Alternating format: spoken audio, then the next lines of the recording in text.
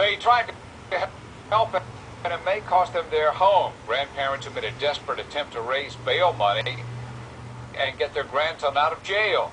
The family says what happened next is a nightmare. Gina Silva explains in this Fox 11 investigation.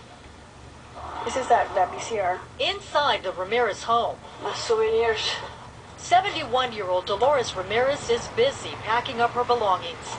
After 43 years of living here, Ramirez and her family are being forced out. They say this woman, Lydia Perez, is to blame. When Fox 11 News first approached her, Lydia denied knowing the Ramirez. It's a Ramirez family. You know who they are?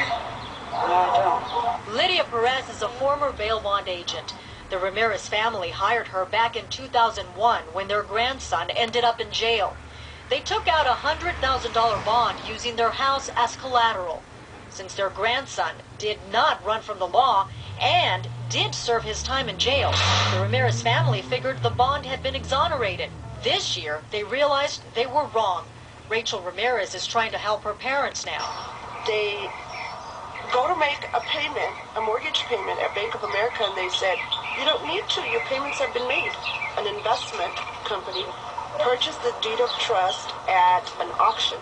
What the Ramirez's discovered was that a judge had ordered their $100,000 bond forfeited.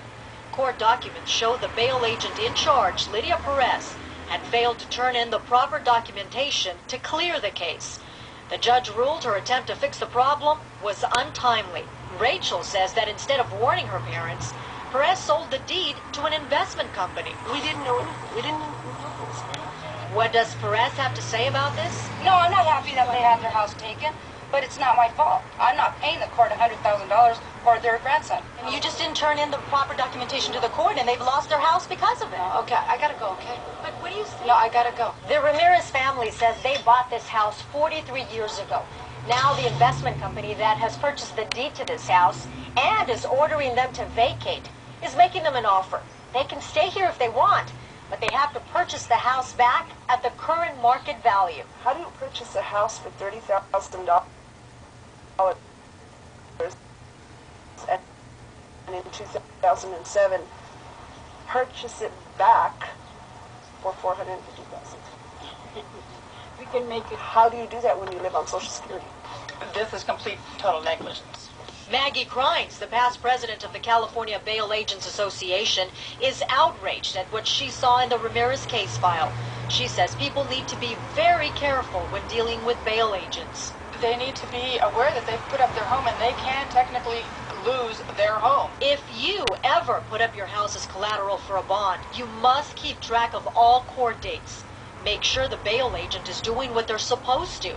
And demand a letter of reconveyance, a document which releases your deed from any further liability. This is the worst nightmare in my life.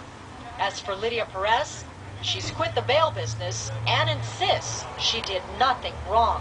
It's the judge's fault. Do you take any responsibility for this? No, I don't.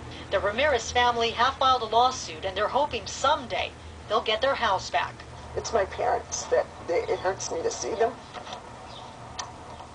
Because I know that, where are they going? You know, what are they going to do? What is my dad going to do?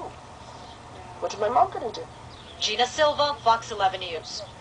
The Ramirez's are living in a hotel now while their lawsuit works its way through the court system. For tips on protecting yourself if you're ever in a similar situation, go to our website, myfoxla.com.